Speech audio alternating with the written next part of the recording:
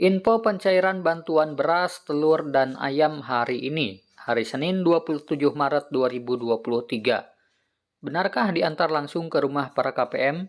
Simak video ini. Nah oke teman-teman, dan berikut adalah informasi terupdate terkait pencairan bantuan beras 10 kg dari Bulog, serta bantuan ayam dan telur ayam. Nah, jadi perlu diketahui bahwasannya ada kabar gembira ya teman-teman yang dikeluarkan oleh pihak Bulog. Nah, di mana pihak Bulog akan menggandeng pihak PT Pos Indonesia dalam menyalurkan bantuan pangan Ramadan berupa beras 10 kg. Nah, jadi perlu diketahui bahwasannya sekarang ini ada bantuan beras 10 kg dari Bulog ya untuk para KPM yang terdaftar di dalam DTKS. Nah, jadi siapapun para masyarakat yang terdaftar di dalam DTKS berkesempatan mendapatkan bantuan beras 10 kg tersebut. Nah, menurut pernyataan resmi tersebut juga disampaikan bahwa penyaluran akan dimulai pekan depan dan memakai sistem door to door. Nah, artinya ini akan dikirim langsung ke rumah para penerima beras tersebut. Jadi nanti akan langsung didistribusikan kepada KPM ke tempat tinggalnya sesuai data yang ada di dalam DTKS. Nah, nantinya para penerima tersebut hanya cukup menunjukkan KTP asli saja saat bantuannya tiba dari PT Pos Indonesia.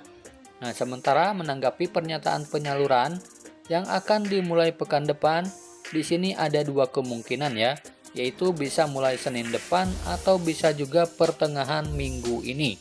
Bahkan tidak menutup kemungkinan bisa saja hari Senin minggu depannya lagi. Nah, yang pasti kalian berdoa saja semoga secepatnya dicairkan untuk bantuan beras 10 kg dari Bulog ini. Nah, dan begitu pula ada kabar baik lagi ya teman-teman dari pihak PT Pos Indonesia, bahwasanya pihak PT Pos Indonesia telah menyiapkan ya teman-teman beberapa armadanya untuk memberikan pendistribusian beras kepada para KPM.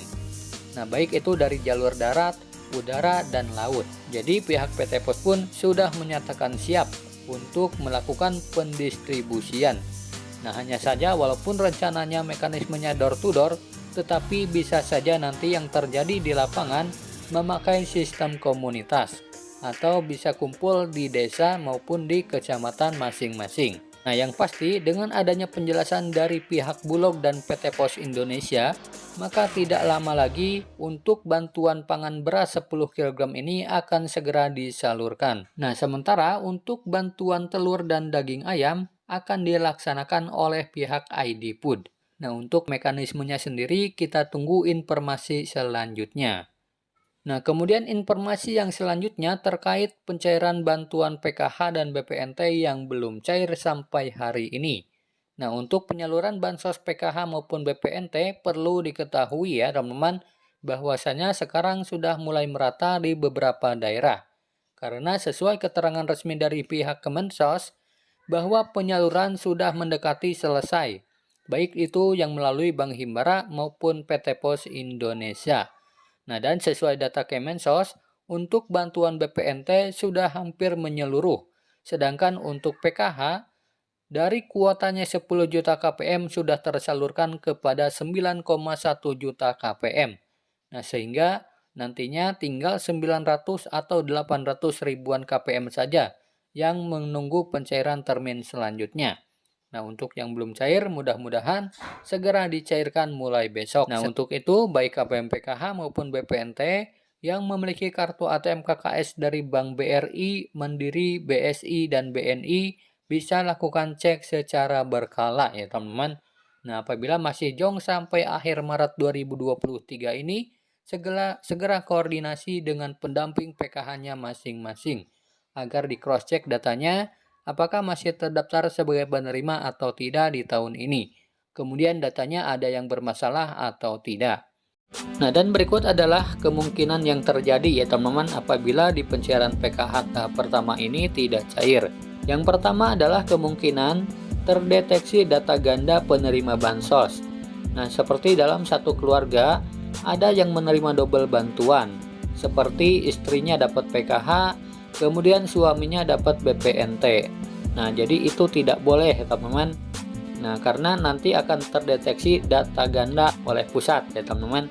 Nah, dan bisa dianggap melanggar aturan yang membuat data si KPM PKH dinonaktifkan. Bahkan bisa jadi datanya akan ditidurkan oleh pusat. Nah, jadi perlu diketahui untuk penerima bantuan dalam satu keluarga itu harus satu ya teman-teman. Nah, jadi tidak boleh double. Antara si suami dan istri itu tidak boleh dapat. Jadi harus salah satu ya teman-teman. Nah, kecuali untuk si istrinya dapat PKH, kemudian dapat BPNT juga. Nah, itu baru bisa ya teman-teman, karena BPNT-nya adalah bantuan komplementer ya teman-teman, atau pelengkap.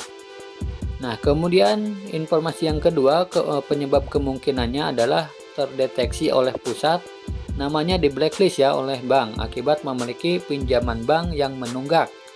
Nah, bisa saja ya teman-teman, KPM tersebut memiliki tunggakan atau pinjaman yang banyak ya di bank. Nah, sehingga membuat KPM tersebut untuk sementara dinonaktifkan. Nah, karena jika ada KPM yang memiliki pinjaman besar, kemungkinan dia itu orang mampu ya teman-teman. Nah, dianggapnya seperti itu. Kemudian informasi yang ketiga, penyebabnya adalah data KPM baik dari nomor NIK atau nama tidak sama antara di kartu keluarga, kemudian di Dukcapil, di DTKS, dan di bank. Nah, jadi semuanya itu harus padan ya teman-teman dan valid, tidak boleh ada perbedaan. Kemudian yang keempat adalah penyebabnya kemungkinan ada data komponen KPM PKH yang tidak online atau tidak padan.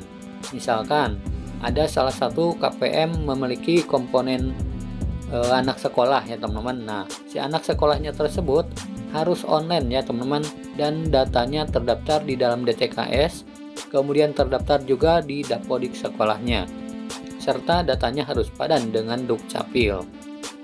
Kemudian informasi yang selanjutnya adalah penyebabnya komponen anak sekolah yang tidak padan dengan aplikasi Dapodik. Nah, seperti yang tadi saya sebutkan ya teman-teman, sebab data komponen anak sekolah itu harus padan antara Dukcapil, DTKS, dan aplikasi Dapodik di sekolahnya masing-masing.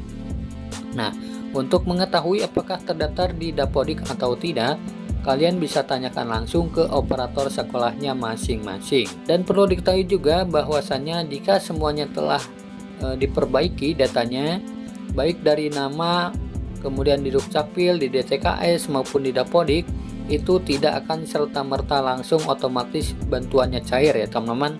Sebab semua itu butuh proses dahulu ya teman-teman. Nah, dan butuh waktu serta kesabaran, dan juga ada faktor rezeki ya teman-teman bagi KPM tersebut. Semoga video ini bermanfaat. Sampai jumpa di video selanjutnya. Wassalamualaikum warahmatullahi wabarakatuh.